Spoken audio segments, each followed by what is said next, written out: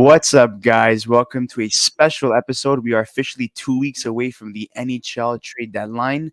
There's a lot to discuss today. And today we're going to be discussing the biggest sellers and what potential moves we could see from the selling aspect of the deadline. We're also going to be making a buyer's video within this week. And you guys are going to be able to look at our trade destination videos if you really want specific trade destinations and value concerning certain players heading towards the NHL deadline. So we're going to be starting off with the Arizona Coyotes, one of the biggest sellers at this year's deadline. And we all know that their biggest piece that they want to sell is Jacob Chikrin. Yep. The whole team is gonna get traded. I mean, look, Arizona, they've been they're next year they're in a new arena, a 5,000 capacity arena. That's a whole other story for a whole other day. But the point is that they've got no team, they've got no players that are wow except for Chikrin and Keller maybe and Schmaltz too. But I'm saying Arizona has no plan. For them, it's like, oh, we want picks. All right, cool. We'll trade everybody for picks. Because no one wants to go there. So the only way they That's can the point. build is through drafting and prospects. But even if you draft a guy like Shane Wright, no offense there, but if you draft a guy like Shane Wright, what are you expecting? Like is he gonna come and play a $5,000 5,000 seat arena? But he plays it with more fans in his OHL team than he does with Arizona. Hey man, it's Question is, will he even play in the NHL? I don't know. It's literally an honor to play in the NHL. So whether you're playing with Arizona or not, I mean, you take that opportunity. I don't think he's gonna complain. I don't think he's gonna play hardball. This is not gonna be an Eric Lindros type of situation where he's not gonna want to play for the Nordique and then they're gonna trade him to Philly. Yeah, maybe he does pull that. Like, nah, I don't want to play here. Well, I'm sorry, but no player in the NHL. Like, no offense there, and I'm being dead serious. That's not true. The weather there is awesome. Yeah, but dude, it's nice. Okay. You're an NHL. Taxes are kind of low. Yeah. But wait. Hear me out. You're an NHL player. Okay, you get paid millions of dollars, which Arizona hasn't even paid their full salaries to their players because they have no money. Okay, and they're playing in a 5,000 seat arena. When if you go to a Laval Rockets game, they're at 10,000 fans just there. It's kind of embarrassing that an NHL team next year is going to be at 5,000. Anyways, that's besides the point. In terms of trade destinations and in terms of why they're sellers, they're going to trade their whole team. They suck. They're not great. And to be honest, Arizona, for them, they should just be getting try to get as many players back as possible because you don't even know who's going to play for you next year. And their biggest two pieces to sell heading to the deadline, obviously Jacob Chikrin, but also Jona Larsson, who's been linked to a lot of rumors.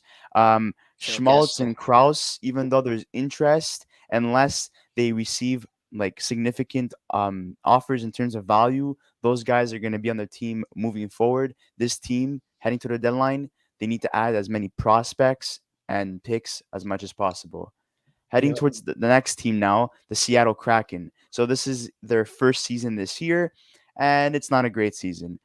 Guys that they could potentially get rid of. We have Mark Giordano. Who looks like he's probably going to leave. Yeah, he's on the move.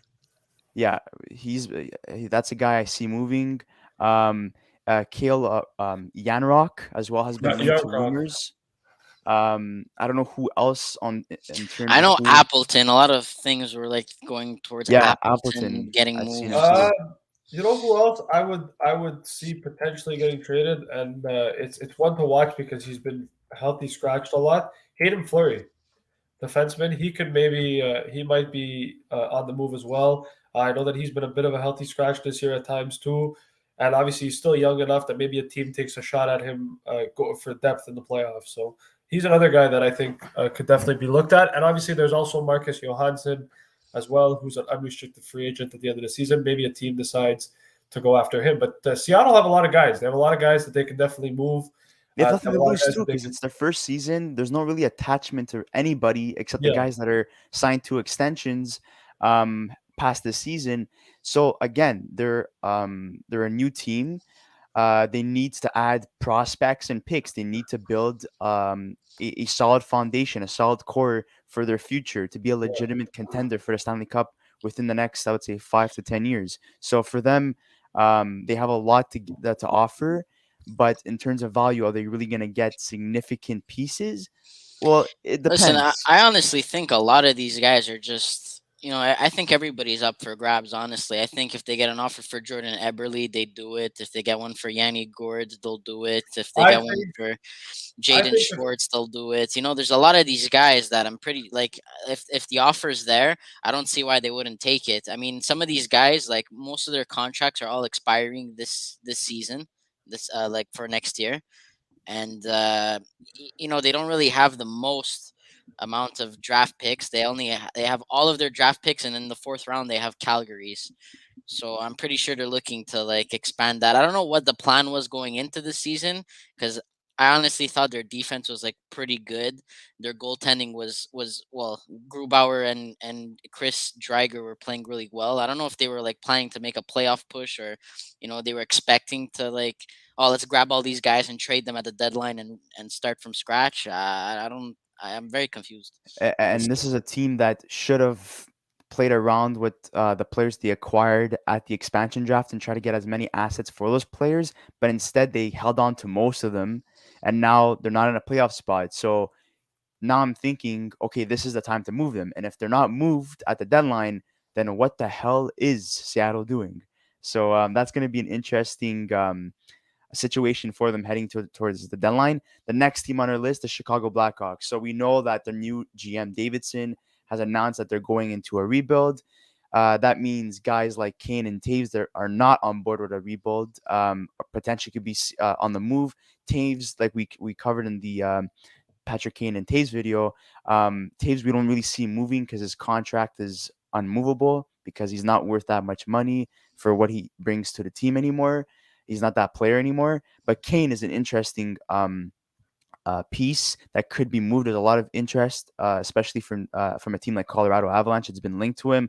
There's Kubalik, there's Dylan Strome, there's Hagel, there's Dehan as well. So they yeah. could get significant pieces in return for those guys. And just to let you guys know, Marc-Andre Fleury is officially off the trade board, the trade bait list, because he said that he does not want to be traded from the Chicago Uh, Blackhawks. So remove his name from for the me, list. So I they're find gonna that have to so focus on other stupid. players. It for makes me, absolutely no sense. I I would think let's sorry to cut you off. no, it's all good. Even if I'm the GM and the guy's saying I don't want to be traded, trade him anyways. Like, it makes respect it or not. Like it's a waste of a first round or second, whatever he's worth. Honestly, I think because look, he's either retiring next season, or either way, he's not playing in Chicago. So He's going to be a UFA. I think according to his comments, he wants to play one more season, but that's not going to be with Chicago, and it's so going to what's the be point of his keeping him? choice because I think he just wants to finish up the season. I don't think he's down to move, to be honest, and I think he really wants to take time to think about his future, and he doesn't want to have that on his mind while he's playing for a contending team, for right? for So me, I think he's just taking a seat back essentially, and he's evaluating what he should do during the offseason and who he wants to sign with. for me, I think it's interesting, right? You look at Fleury, and obviously he did come out and say that he didn't want to get traded. And I don't blame him either. I mean, look, Marc-Andre Fleury's been through a lot over the last year and a half. He was getting blamed by Vegas fans for the way he played in the playoffs and how apparently it was his fault that they lost. And then Vegas with the treatment and not telling him that he was getting traded and making him seem whatever. And then they traded him to Chicago, and he left his family in Vegas. I think Marc-Andre Fleury just wants to be in a location where it's stable for him. And I don't think he wants to have all that pressure on him as well. I think he knows how successful he's been in his career. He's made it to he's made it to 5 Stanley Cup finals. He's won 3 of them. Like the guy's had success in his career. And I think for Marc-Andre Fleury, it's just about, playing hockey at the end of the day. And I think that, if he wants to stay in Chicago, I mean, that's his choice at the end of the day. But if you're Chicago, you have other guys that you can move. Obviously, Chris mentioned a few. I'm going to mention 2 guys that I think could get moved for late round picks. I look at a guy like Eric Gustafsson. Last year, the Habs picked him up for the playoffs. Maybe he gets moved again this year at the deadline. He gets $800,000, so it's not that big of a deal if he gets moved. And another one who, if a team wants for mental toughness and a guy to fight during the playoffs, maybe a team goes after Ryan Carpenter as well. So Chicago have some pieces that they can move. They have some guys that they can definitely get some picks and prospects for. So it's going to be interesting to see what the Blackhawks do at this deadline. But obviously the big names and the big question marks are going to be Patrick Kane and Jonathan Toews if either of them get moved, which I think is more of an offseason thing than a Well, Dylan Strome could get moved too. deadline. I Yeah, mean, Dylan I Strome personally, don't I like personally that. wouldn't get rid of him. I like him. I mean, I know he hasn't been Yeah. playing the greatest, but he's another movable Yeah. candidate.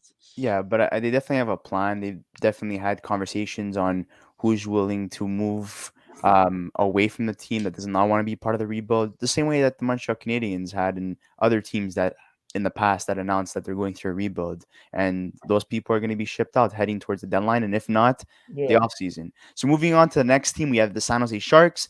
The biggest question is, will Thomas Hurdle resign or will he be traded at the deadline? Because he is a UFA at the end of the season. They're a team that's obviously up there in age. They're, like they started the season off good, but it went downhill from there. They're an older team. They need to start moving some guys. Carlson started playing way better this season. Maybe there's some value on him, but I highly doubt that they're going to move him at the deadline. He's more of a guy that you move during the off season.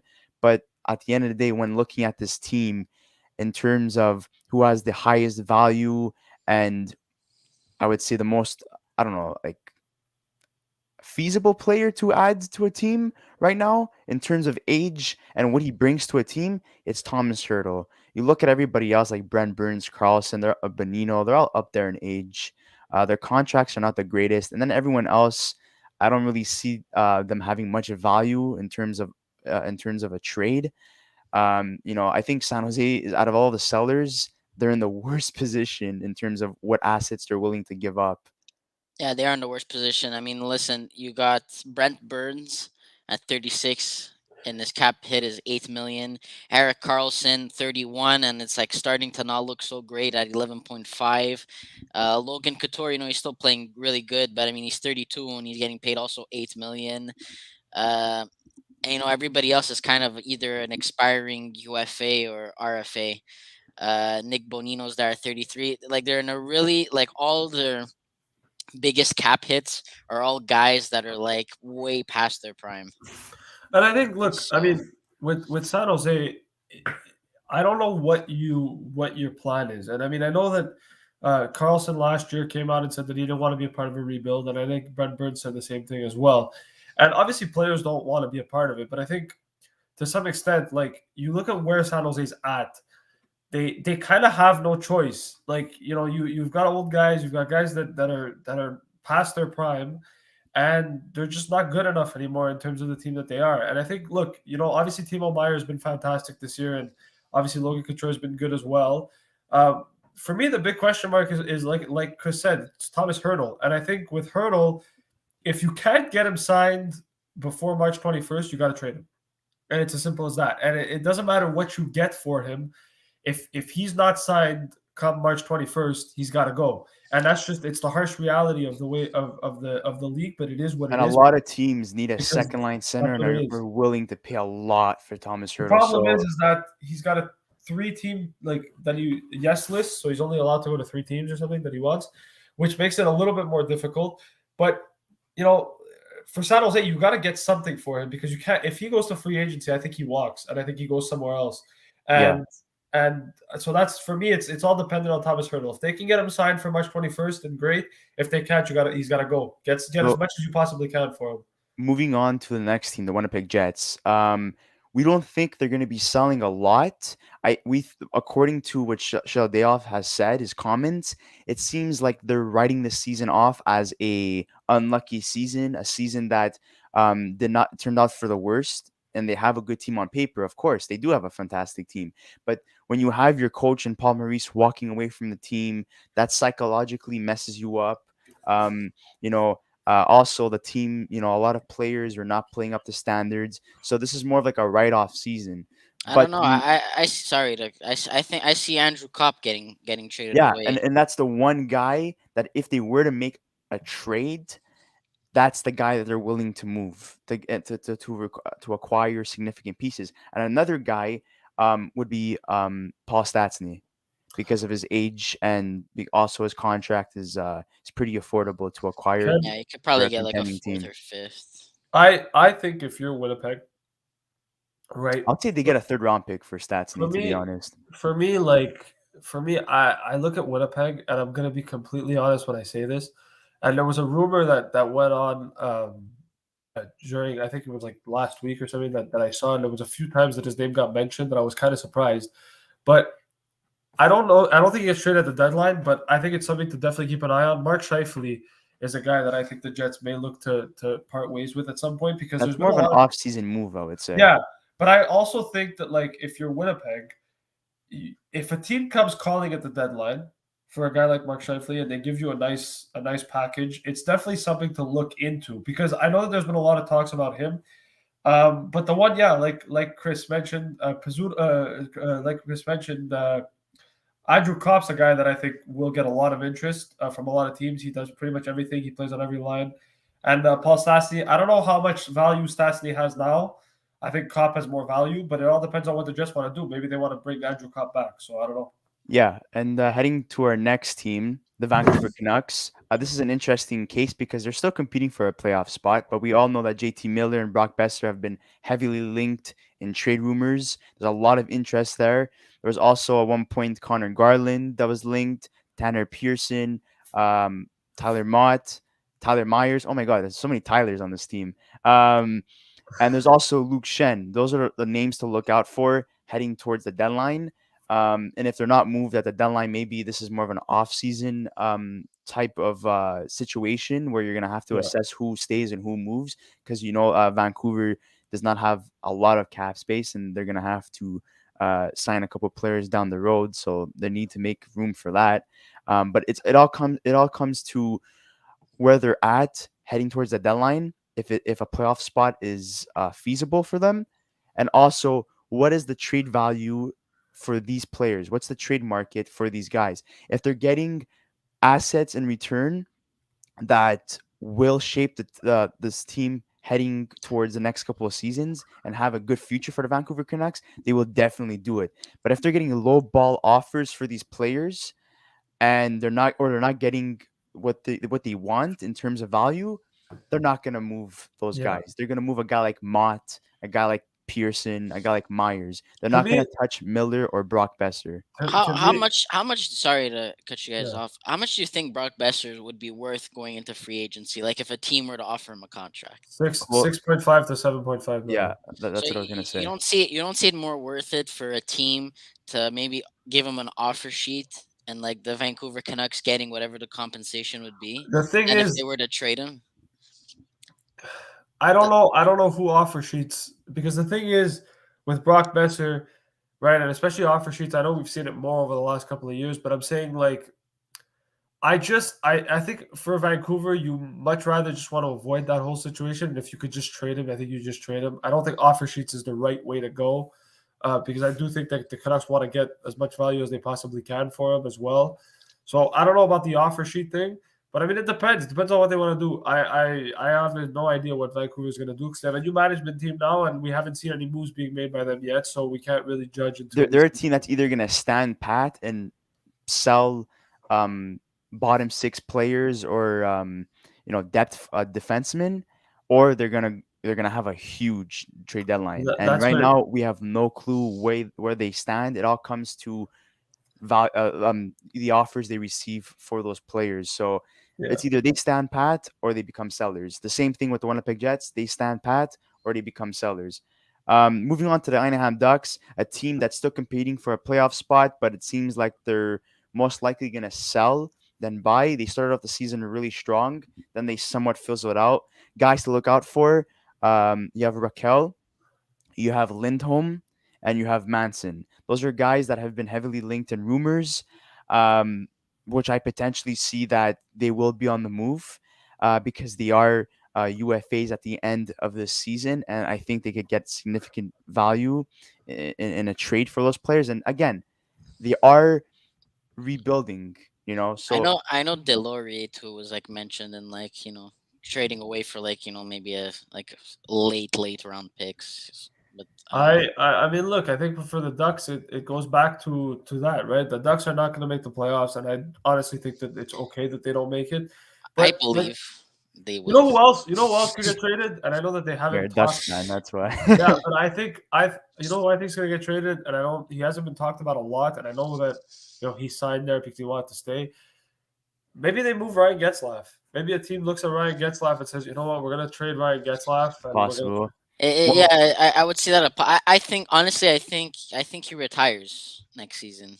yeah, So I think so too. But maybe if he wants his last chance, or if he wants to just retire as a Duck. All I'm saying is, he's got 30. All I'm saying is he's got 31 points in 47 games this year. So a team would definitely be happy to take him if they decide to go that route.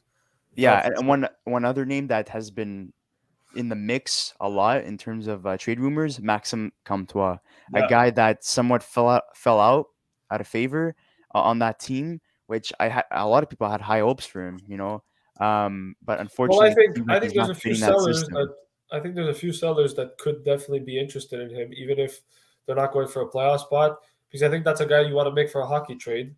And I think there's a few teams that may look to acquire him that aren't necessarily playoff teams. So In my mind, the Ducks are more sellers than yeah, standing pat or buyers because they absolutely. need to continue with their plan, and the plan is to essentially sell and continue rebuilding. If they Yeah, would have made the playoffs, they would have stand pat and been like, okay, let's continue with this team. Whatever happens, happens. But we're still gonna get rid of players during the off season. But it seems like they're in a spot where it's more likely that they're going to be selling. Then quickly to close off the West, the Edmonton Oilers, they're not going to sell anybody. They're more buyers than anything, even though they're still competing for a playoff spot. So let's cross them off the list. And then the Dallas Stars and Nashville Predators, they're more teams that are going to stand pat or they're going to be buyers. But the guys that you could look out for that could be potentially moved on Nashville's end, Phillip Forsberg, and it all comes down to will he sign an extension or not. And for the Dallas Stars, it's really will Joe Pavelski re-sign with them. But the guy that's definitely going to be traded no matter what, whether if they're in a playoff spot or not, it's John Klingberg. That guy asked for a trade. They're gonna trade him out of Dallas, and they're gonna try to replace him with yeah, a defenseman that puts up the same amount of numbers. And I that, in agree. my opinion, would be a guy like Jeff Petrie that they've been heavily scouting, and a team that has high interest in adding a guy like Jeff Petrie. So let's move to the Montreal Canadiens then with that leeway. I mean, Yeah, so the Montreal Canadiens, they've been playing a lot better under Martin St. Louis, what but a surprise. they need to stick to the plan. And the plan is to continue rebuilding, retooling, whatever terminology you want to use. They need to continue selling. You have a Turi Lekkinen who's playing his has having his best offensive season in his career. You need to sell high on that guy.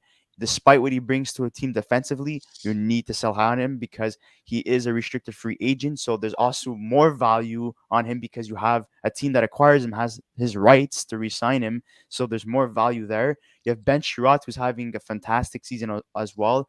It's Montreal's defensive prospect pool is good enough for him to be traded. The Habs are going to have a good future in terms of defense, so you need to get rid of him and sell high on him. There's been rumors concerning Mike Hoffman. I think they end up keeping him and end up building up his value as he continues playing with the Montreal Canadiens because he still has term on his contract. If they were to sell him now, I think they would not really get as much as they want for him. He's definitely playing better under Martin St. Louis, but unless they get a huge Everyone haul is for him, everyone is though. So yeah, so I wouldn't see him getting moved. Jonathan Drouin, Brandon Gallagher, Dvorak, they have been linked in rumors as well, but I I don't think think those the guys. see. I don't think Dvorak's gonna get traded because we still do need a second line center, and his contract is great. So like I think they should keep him for this season or maybe the next season. I do see Jonathan Drouin getting moved though. Yeah, and if they're maybe not moved in the now, they're off going to be season. moved during the off season. Yeah. But I don't know. I don't know. I think with the Canadians right now going into the trade deadline, I don't think they're going to trade as many guys as we think because I do think that like Chris mentioned about them playing well under Marty St. Louis, they've all played really good and they've all had um, resurgences essentially. Well, And I listen, think what that also happened when Dominic Ducharme got hired. yeah, So but it's not the same thing. It really isn't. And I'm going to tell you why. Dominic Ducharme, when he came in, the Habs were playing good, but they weren't playing fantastic hockey. Under St. Yeah. Louis, they're playing completely different styles, and you see it. You even see it in the way the players are moving and the way they're moving the puck. They're a completely different team.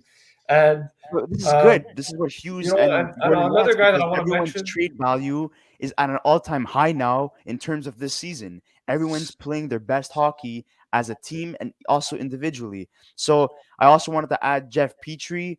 that's a guy that could be dealt at the deadline, but more likely to be dealt during the off season because of his contract, and teams need cap space to fit in a contract like that. But he's playing great hockey as well. Then depth moves, depth players that teams could make as depth moves.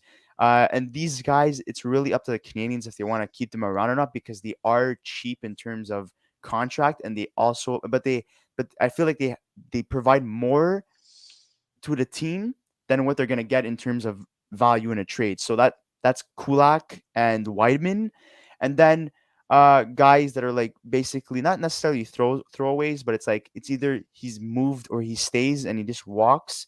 That's Paquette and Perot, and then you have Armia, who I don't think is going to get moved because of his contract and the way he's been playing this season. But if you look at his whole career with the Montreal Canadiens, he's a very important player. He's a shutdown. His contract's not that bad.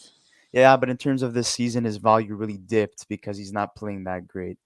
Like you So said, now, are we ready to yeah. move on to the next team? Well, I think Well, Luca wanted to say something. I just wanted to say something really quickly. I mean, look, I think for Kulak, for the Canadians, if they a guy that they should definitely look at moving if they want to sell high, and maybe a team wants a depth defenseman. Kulak's another guy that they could definitely trade away.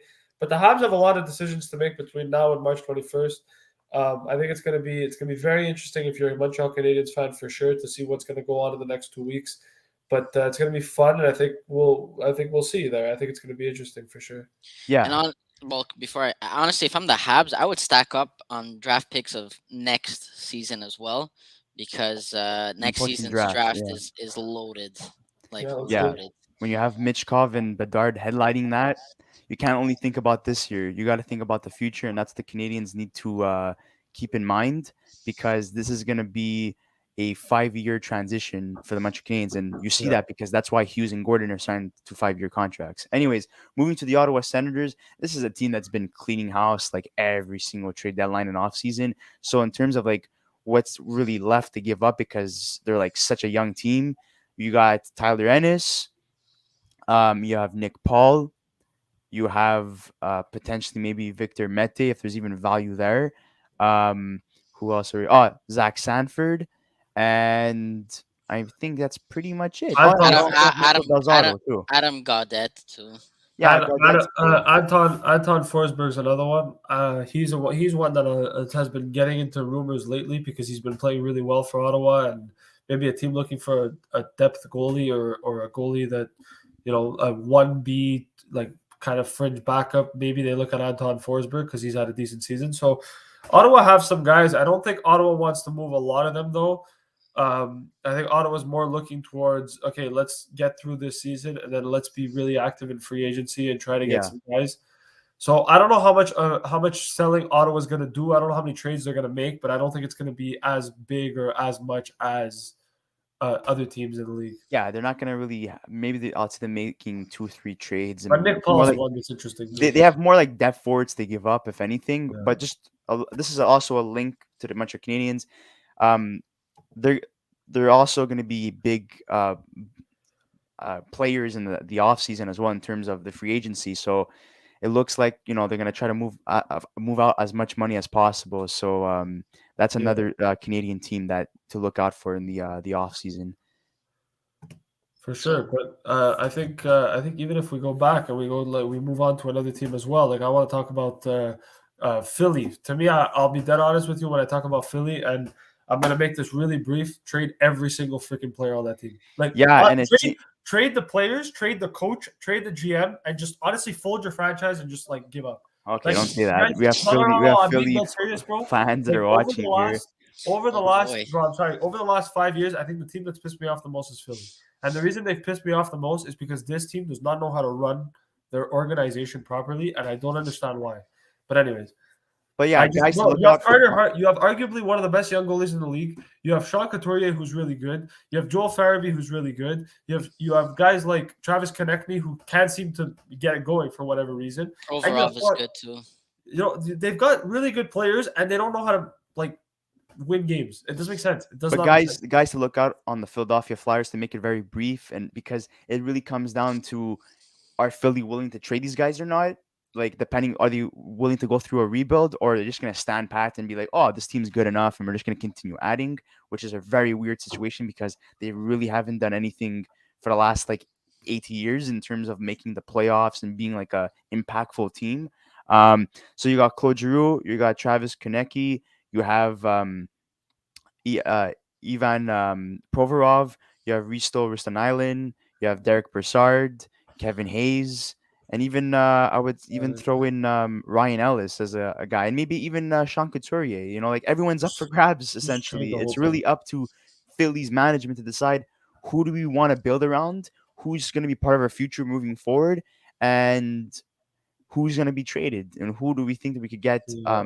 a lot of value in terms of a deal for these specific players. So I don't want to spend too much time on Philly because it's a weird situation. It's really up to their management. But moving on to the next team, you got the Buffalo Sabres. They've had a I know they're not a playoff team, but progressively as a team, they really took it to the next level. You got guys like Teach Thompson, Skinner, Dahlin, they're all playing better. Kyle Poso, Cousins. But they've also got added guys like during the offseason, like Alex Tuck, Peyton Krebs. Their future is looking a lot brighter, and the prospect pool they have in Owen Power, Devon Levy as well. It's looking very promising, and they're gonna have a top pick again this year. And if they just need to stick with their plan, rebuilding, and adding prospects and trying to acquire as many picks as possible in terms of trades, guys I could see moving. You got Robert Haig, who's been linked to a lot of rumors. Um, you have Cody Eakin as well, who's been linked to a lot of rumors. And you also have Colin Miller. So they're going to be shipping out a lot more defensemen than forwards in this deadline. Do they really have a lot to give up in terms of like, oh, these guys are like, I need to acquire these guys? No, they're more depth defensemen, I would say, that they're willing to trade out of Buffalo. There's Yeah. not like the like the Ottawa Senators. They already got rid of all their significant pieces. There's not much left to really give up. They're still in the transition period of who stays and who goes. And they have both teams have fantastic prospects moving forward. I just want to say a hi to Bain, who says hi to us as well. Um, Moving on to the next team, another team that took a step forward, the New Jersey Devils. You have Jesper Bratt, Hughes Hirscher, Mercer Severson that are all having fantastic seasons. Um, but in terms of who they're willing to give up, again, they have a relatively young team. So the guy that I see that they're going to try to ship up because he's a UFA, and it's the only guy I really see them really moving because everyone else is significantly young. They're signed to contracts past the season, and that's PK Subban, and they're gonna have to retain salary if they're willing to move him. And I'm Yeah. pretty sure the GM, I think it's Fitzgerald, if I'm not mistaken, had Yes. discussions with PK Subban. He told him he's looking to move him and that they're not really looking at a contract extension for him right now. So that's a guy that they could definitely move. There's another few guys. Obviously, Jimmy Vesey's another one that I think maybe they look at as a potential guy to trade. But I think New Jersey, they're going to stay put. I know they're looking for a goalie. Maybe they try to pursue that as well. But yeah, New Jersey, I don't really think they have many players they can trade away unless they make a hockey deal. I don't really see them being that active in the trade deadline this year, to be Yeah. honest.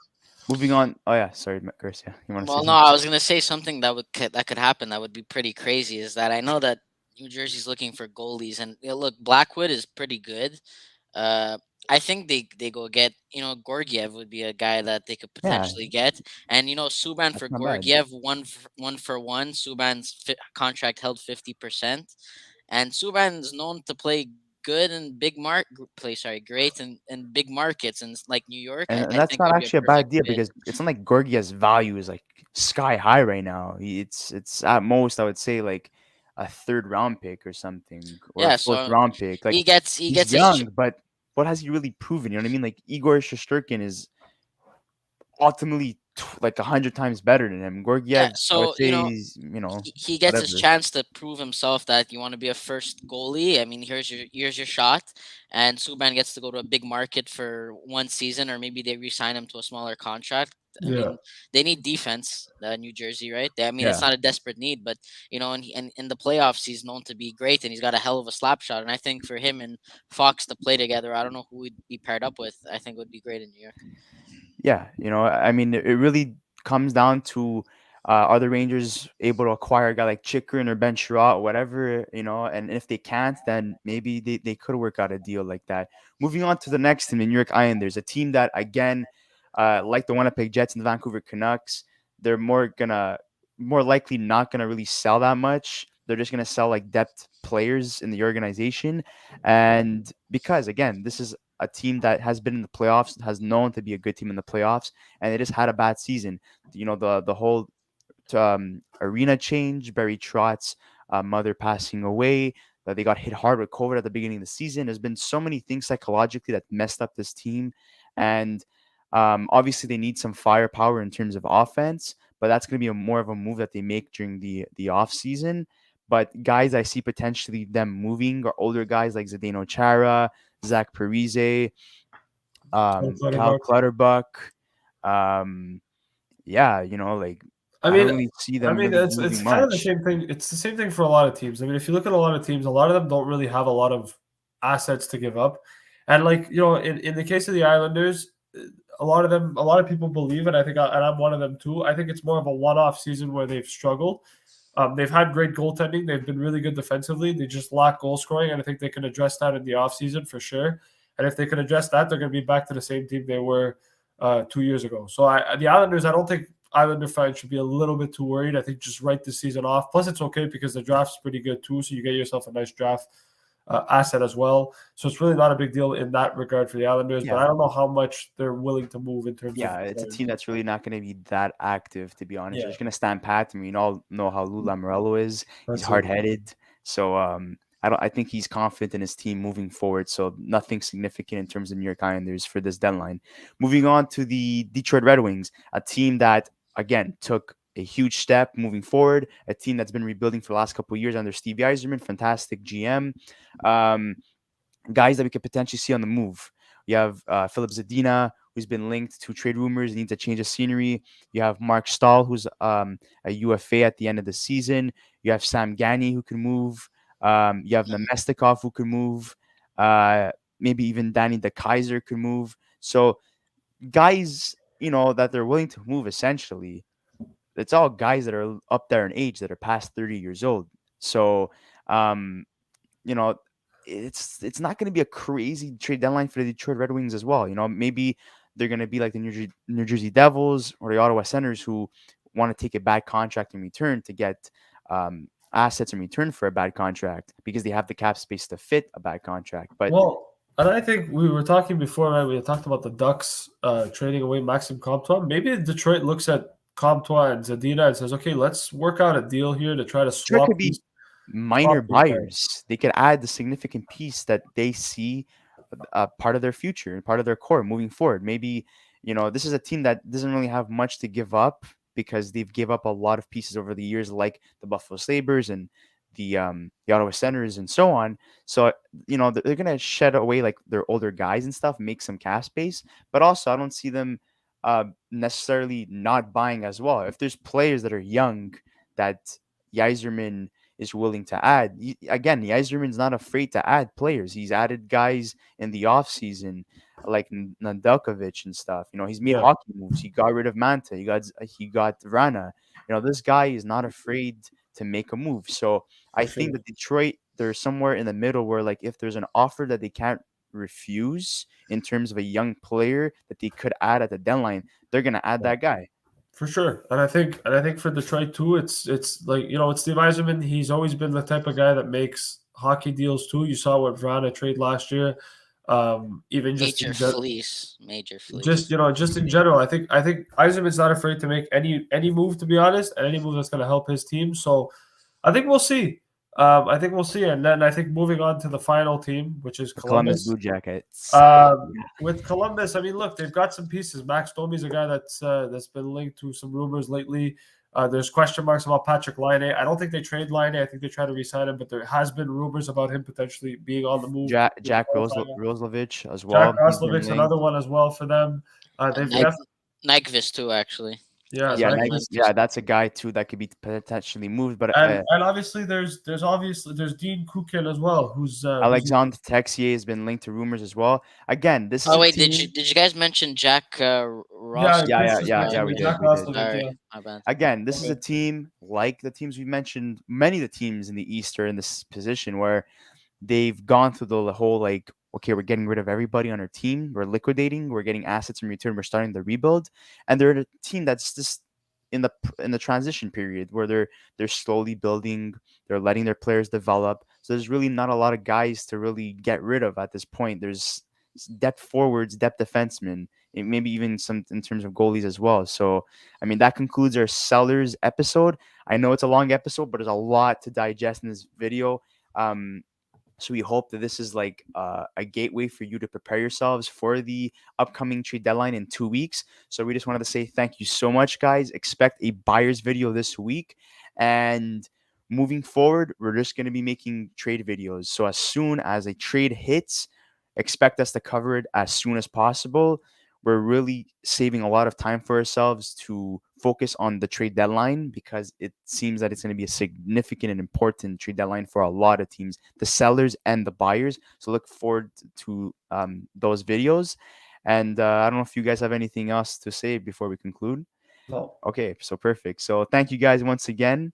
And Bane, thank you for supporting us in this episode and chatting with us. It's been an honor, and we just wanted to say we'll see you on the next episode. And don't forget to like this video, subscribe to our channel, and tell your friends about us because we're not going anywhere. Thank you. Have a nice one.